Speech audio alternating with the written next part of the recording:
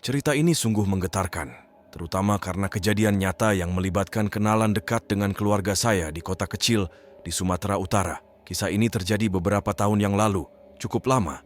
Kejadiannya di sebuah mall di Hong Kong. Saat itu, ibu dan kedua anaknya, seorang gadis dan seorang anak laki-laki, sedang berlibur di Hong Kong selama liburan sekolah. Mereka pergi ke Hong Kong untuk mengunjungi keluarga dari pihak ayahnya mereka di sana. Ayah mereka tetap tinggal di Indonesia untuk urus bisnisnya. Kejadian ini terjadi pada hari keempat mereka di Hong Kong. Keluarga dari ayahnya mau ke Ocean Park, taman hiburan di Hong Kong. Namun ibunya takut keramaian dan memutuskan untuk pergi ke mall saja. Setelah makan pagi, ibu dan dua anaknya ke mall untuk makan siang. Anak-anak bermain dan semuanya terlihat bahagia. Namun, saat ibu melihat sebuah toko pakaian yang sangat-sangat ramai, dan dia pun merasa penasaran dan akhirnya memutuskan untuk memasuki tokonya. Setelah memasuki tokonya, ibu melihat semua pakaian di toko rupanya sedang lagi summer sale. Hong Kong saat itu sudah mulai memasuki musim dingin, jadi pakaian yang cocok untuk summer itu sudah mulai didiskon besar-besaran. Saat itu, sang ibu masih menggenggam tangan kedua anaknya. Namun, semakin dia lihat dan semakin dia pilih, dia kehilangan fokus dan perhatiannya pada anak-anaknya. Akhirnya ketika dia selesai memilih barang-barangnya, dia baru sadar hanya putranya yang memegang tangannya. Putrinya mungkin sudah melepaskan tangannya saat dia sibuk memilih-milih barangnya. Sang ibu kaget dan langsung menjatuhkan barang-barangnya ke lantai dan memulai mencari putrinya di sekitar toko. Namun, tidak nampak putrinya. Dengan panik, dia keluar dari toko dan mencari putrinya sambil masih memegang tangan anak laki-lakinya. Saat dia panik dan bingung, seorang pria tua yang ramah bertanya pada ibunya apa yang terjadi. Dari jauh dia melihat ibunya begitu panik, terus naik turun eskalator seperti sedang mencari sesuatu. Ibu itu juga menceritakan seluruh kejadian padanya. Pria itu menyarankan agar dia tetap tinggal bersama anak laki-lakinya di lantai itu, agar ibunya bisa berlanjut mencari putrinya dengan cepat. Pria tua itu memberitahu kepada ibunya, ada banyak kasus penculikan di Hong Kong akhir-akhir ini, dan menegaskan ibunya untuk mengambil tindakan yang cepat. Pria itu berkata kepada ibunya bahwa dia akan tetap tinggal di sana dengan putranya. Pada awalnya sang ibu agak ragu, namun pria tua itu memegang tangan seorang anak di sampingnya dan mengakui bahwa itu adalah cucunya. Dia berkata, "Aku juga bersama cucuku dan dititip oleh anakku. Anakku dan istrinya lagi shopping. Biarkan anakmu bermain dengan cucuku saat kamu mencari putrimu. Jangan khawatir." Sang ibu setuju dengan ketakutan. Dia berlari-lari di seluruh mall mencari putrinya. Setelah beberapa saat, ibu pun putus asa dengan tangisan yang sedih dan memutuskan untuk kembali ke lantai mencari putranya. Namun, saat dia kembali ke lantai itu, putranya dan pria tua itu sudah tidak ada. Ibu itu panik dan langsung menangis jerit dengan teriakan sedih yang penuh penderitaan. Dia menyadari bahwa semuanya adalah trik yang direncanakan oleh pria tua itu. Dia yakin bahwa pria itu atau teman pria tua itu juga menculik putrinya. Hari itu, dia kehilangan dua anaknya. Itu adalah mimpi buruk terburuk yang dapat dibayangkan oleh seorang orang tua.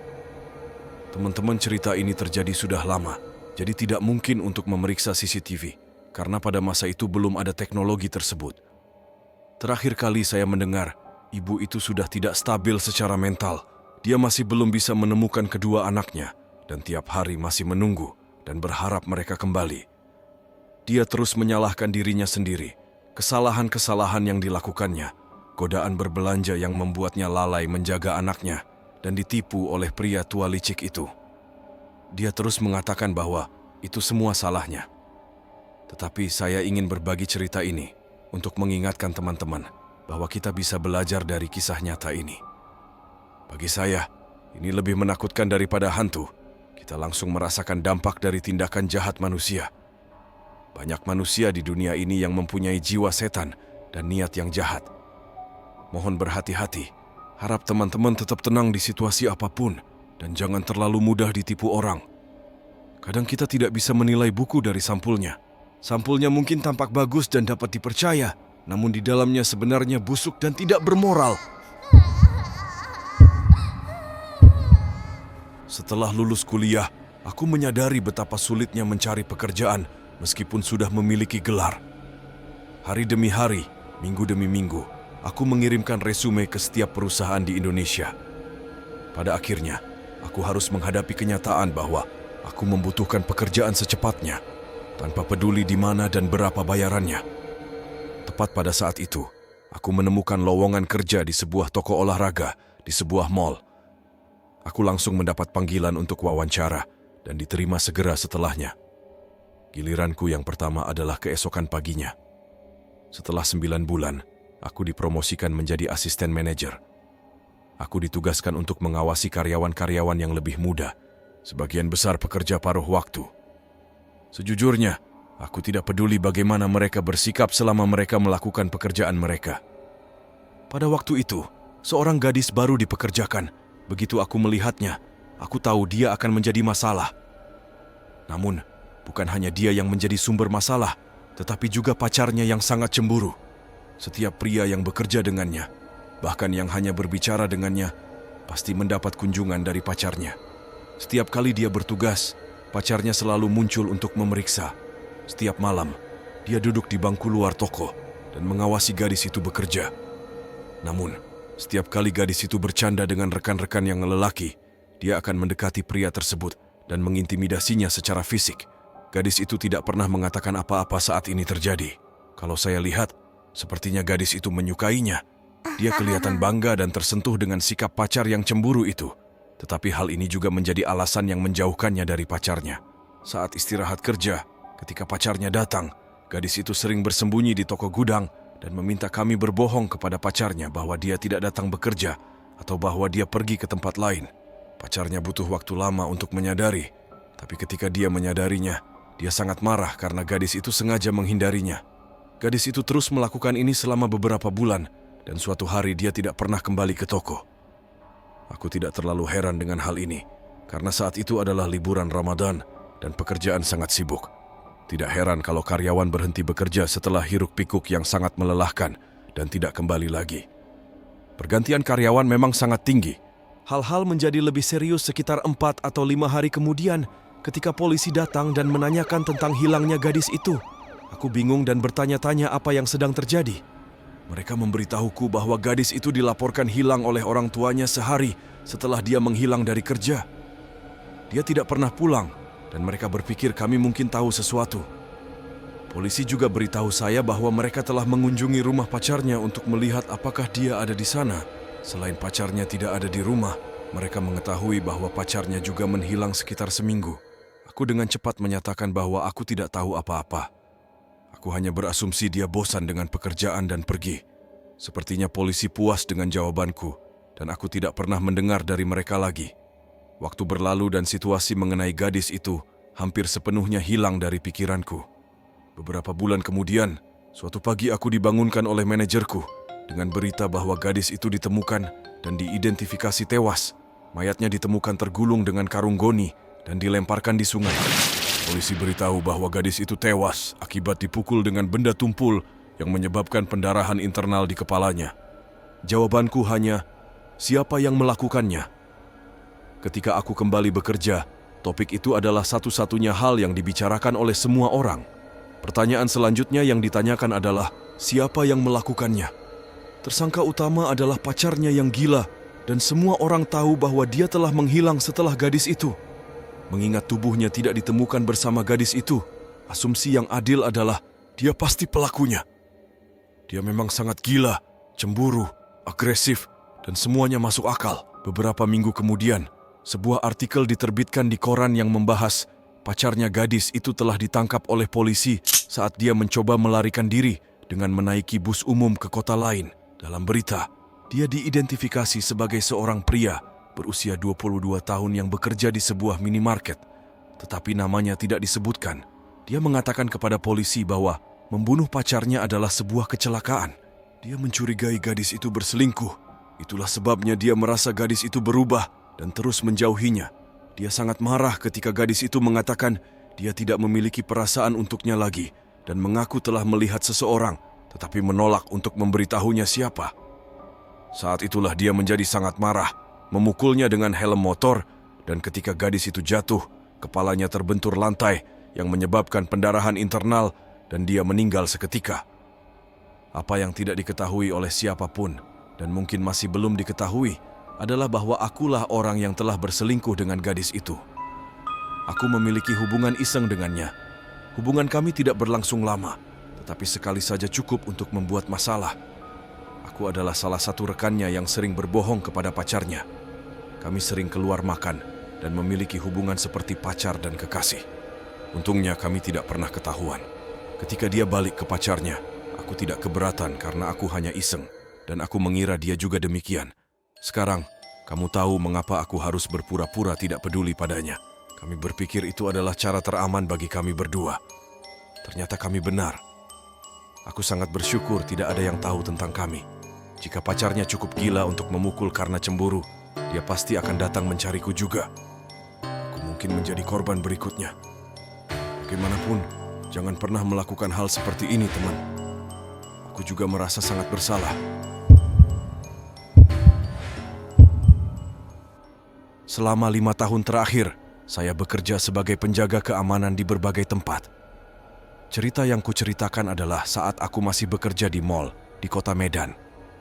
Dulunya, mall tersebut tidak membutuhkan penjaga malam, tetapi vandalisme dan banyak orang sembarangan tidur di depan ataupun di dalam mallnya. Sesekali, aku harus mengusir para tunawisma atau pecandu narkoba dari tempat parkir. Patroli malamku tidak ada yang istimewa untuk beberapa waktu setelah itu. Insiden berikutnya terjadi sekitar seminggu setelah saya bekerja di mall tersebut. Malam itu hujan deras, dan aku berada di dalam mall. Aku lagi berpatroli di sekitar toko-toko sesuai prosedur. Aku minum banyak kopi supaya tidak ngantuk, jadi seperti biasa, aku sering ke toilet. Saat aku masuk ke dalam toilet, aku tidak melihat siapapun. Toilet di mall itu diaktifkan oleh sensor gerak, seperti kebanyakan mall di dunia ini. Aku memeriksa semua bilik toilet. Semuanya kosong. Setelah memastikan semuanya kosong, aku duduk di salah satu bilik. Aku sedang menonton video di ponselku ketika aku mendengar suara ketukan datang dari bilik di sebelahku. "Siapa?" saya tanya. Sebenarnya aku merasa bodoh, karena aku sudah memeriksa semua bilik dan tidak ada siapa-siapa di sana. Aku melirik di lantai kiri, dan aku melihat seseorang memakai sepasang sepatu hak tinggi merah berdiri mengarah ke arahku. Perlahan-lahan, aku melihat ke atas biliknya, dan benar saja, ada wanita berdiri di atas bilik dan menatapku. Dia luar biasa tinggi, mustahil untuk manusia setinggi ini. Jika aku tidak sedang di toilet, aku mungkin sudah lari pulang untuk mengganti celana. Ketika dia melihatku menyadarinya, dia segera bersembunyi kembali di bawah bilik. Aku ketakutan dan cepat-cepat memeriksa bilik tersebut. Tidak ada apa-apa di sana kecuali sepasang sepatu yang di posisi yang sama, di mana aku melihatnya sebelumnya. Jantungku berdebar-debar sangat kencang. Aku kembali ke mobilku secepat mungkin setelah itu. Jika aku tidak salah ingat, kejadian ini terjadi sekitar jam 5 pagi. Sekali lagi, aku mengaitkan semua ini dengan kurang tidurku. Aku hanya senang bahwa aku memiliki hari libur keesokan harinya. Seiring berjalannya waktu, aku tidak bisa melupakan kejadian aneh itu. Setiap kali aku berada di mall pada malam hari, perasaan tidak nyaman selalu menghantuiku. Tapi, aku mencoba untuk mengabaikannya dan tetap fokus pada pekerjaanku. Setelah beberapa waktu, aku menemukan sesuatu yang menarik. Ternyata, sebelum menjadi mall, tempat itu adalah sebuah pabrik tua yang sudah lama terbengkalai. Ada beberapa laporan tentang kecelakaan kerja yang fatal di pabrik tersebut, dan ada rumor bahwa tempat itu berhantu. Aku merasa ini mungkin ada hubungannya dengan kejadian-kejadian aneh yang terjadi di mall. Tidak lama kemudian, kebetulan saya ditawarin lowongan kerja pada mall lain, dan dikasih gaji yang lebih tinggi juga. Saya setuju, dan sejauh ini saya belum menemui kejadian aneh di mall ini. Mudah-mudahan, saya harap akan tetap aman sentosa. Saya bekerja di toko baju brand internasional di sebuah mall di kota Cirebon.